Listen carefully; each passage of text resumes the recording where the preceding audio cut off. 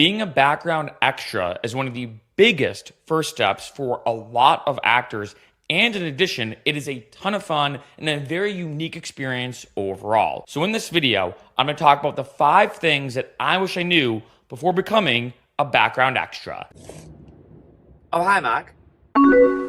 Most of you know, I live right here in Los Angeles, arguably the acting capital of the world. And one great way is to make a lot of money, get your name out there, have a very unique and interesting time, and a lot more is becoming a background extra. And I've been on set as a background extra and more on different movies, TV shows, music videos, and a lot more. And as you can imagine, like anything in life, there's a lot that I've learned when it comes to being on set, what to expect, and the entire experience overall. So that being said, let's jump right into it. Number 1, signing up. When it comes to being a background extra, I'm gonna be honest, it's a lot easier in terms of the signing up process than most people think. Now, first off, you do have to be in the right location. Of course, when it comes to acting, you do have to be physically there in person. But let's say if you live here in LA, New York, or Boston, or Atlanta, or Vancouver, or whatever, as long as you're in that spot, getting extra work isn't as hard as most people think. And when you first start out, you're gonna be considered non-union. When it comes to getting acting work,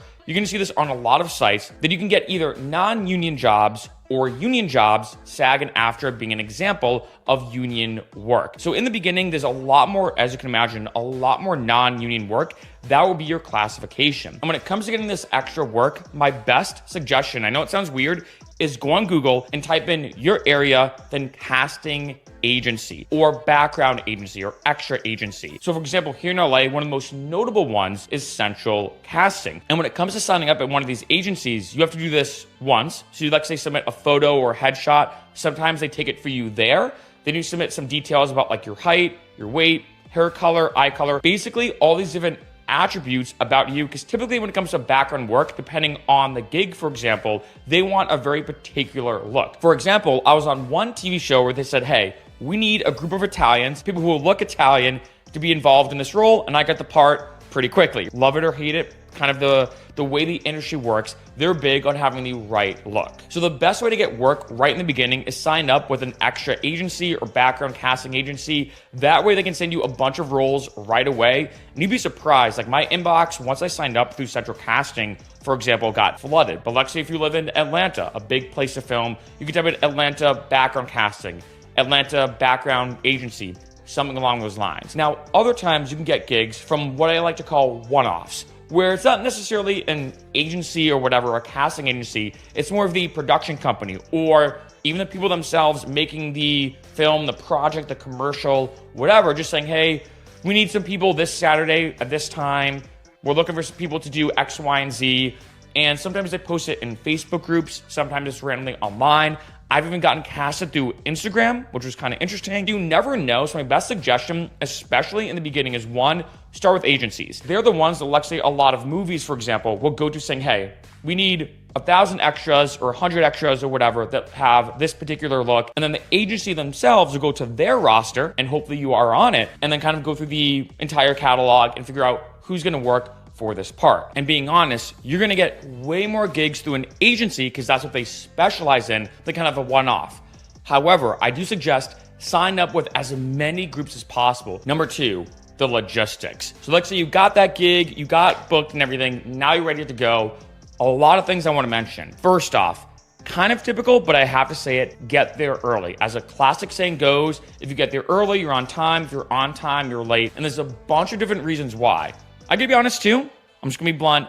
If let's say they're gonna start filming at 8 a.m., you're probably not gonna start till like 9 or 10 a.m. So I will say, be prepared that there is a lot of lag time. That is something I'll talk about in a little bit later in this video, but overall, always get there early. The second thing, this kind of goes along with that, is the parking situation. Now, typically, you will get free parking or validated parking because what you will typically do is go to an area, you'll park there. They'll then have shuttles that bring you to the actual filming location. The main reason why is, as you can imagine, they don't want to reveal the actual filming location in case it gets leaked. Now, in terms of the filming time, and this now coincides with money, it really depends, right? I can't really give you an exact time when it comes to filming and the film industry. You can sometimes start, like say at 6 or 7 a.m. get done at midnight. You could sometimes start at midnight and get done at 6 or 7 a.m. It is completely all over the place. One thing you will see when it comes to getting paid, and this kind of coincides with time, is usually the amount you're getting paid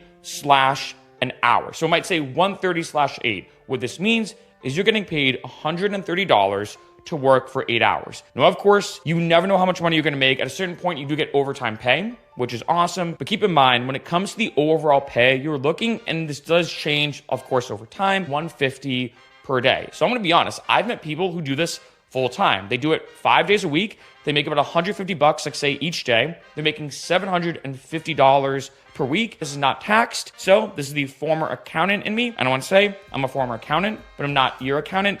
Keep in mind, like say if you only do extra work throughout the year, you will most likely owe taxes when tax season rolls around. So just like a quick thing I do want to say as a side note.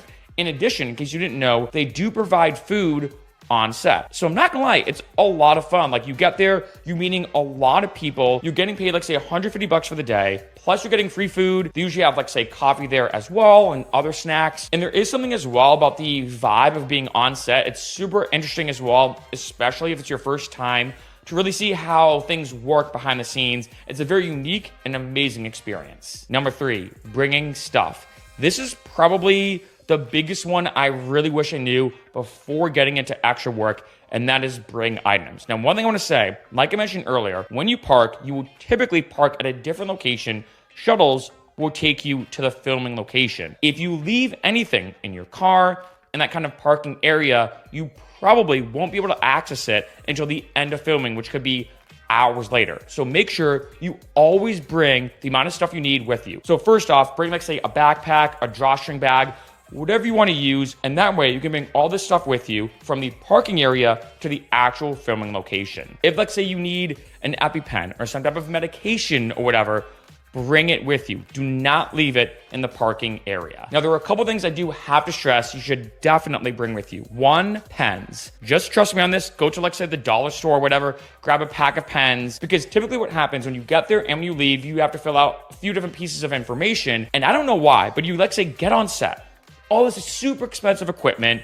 They have, all this stuff kind of ready to go, state-of-the-art equipment, yet they have like 10 pens for 200 or 300 extras. So a big amount of time waiting, I'm gonna be honest, is you waiting to get a pen to fill out the form. Bring pens with you. The second thing I suggest is a portable phone charger. Typically, when it comes to most sets, they say do not bring your cell phone. It does depend upon the set. You want to be very, very careful. Of course, no photos, no videos, no audio recordings, no recording of the set whatsoever. This is super important. However, for most sets, this is what they typically do. It's like a 3-stage process. First off, you get to the parking area, you get in a shuttle, they then bring you to the filming location. Then the filming location, there's typically like a holding area where you're sitting and waiting. This is where you can talk to people, usually just like a bunch of tables and chairs, to be honest. Then they say, okay, we're ready to go. Then like say you actually physically walk to the set, film, and you will go back and forth. Typically in the holding area, for most situations, they don't mind too much as long as you're respectful and not being that guy or that girl. They don't mind too much if you are on your phone. Of course though, never bring your phone to the actual spot where you're filming.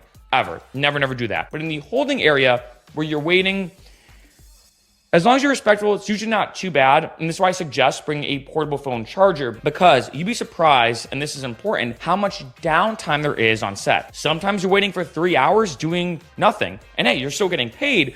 But for me, sometimes I'll send out emails. Sometimes I'll do like some other work on my phone. I've seen people bring tablets and watch movies while in the holding area. I've seen people bring books, of course. That's another huge pro tip. Bringing books is a good way to go because you never know. If let's say you're on your phone, let's say on a tablet, they could walk up to you and say, hey, sorry, you got to put your phone away. No phones whatsoever. At least with a book, it gives you something to do while you're waiting. Like if you want to bring Sudoku, I don't know if anyone does Sudokus at all anymore, but I do suggest bringing something to do because you'll be surprised there's a lot more downtime. Now, of course, it depends though. Sometimes you're filming for 8 hours straight with almost little breaks. Sometimes it's the opposite though. Sometimes you're only filming for an hour total, but it takes about 8 hours in terms of the entire day because you have to, like, say, switch the camera angles and all these different things. You really never know. And one last huge pro tip I have, these have saved me, is Neuromints. I want to suggest these because as you can imagine, when it comes to being on set, a big thing is being tired. You're working crazy hours, you're working long hours and everything.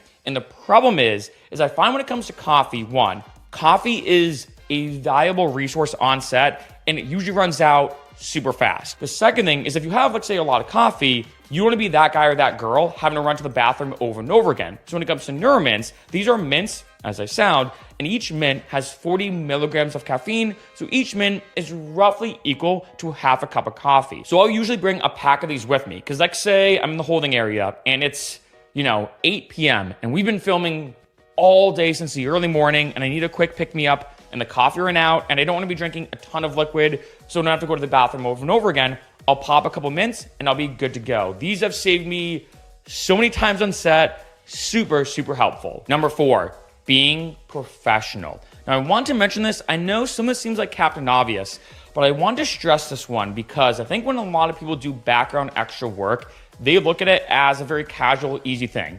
I'm gonna be honest, for most sets, it is typically easy work. Sometimes you're just sitting in a movie theater, just doing nothing. Sometimes you're sitting on a park bench, doing nothing. It is very random, but I want to stress, especially for the people watching this video who want to get into acting. There are some people who do background extra work for side cash or as their main gig where they're like, hey, I don't care to be an actor, doing auditions, getting an agent and a manager.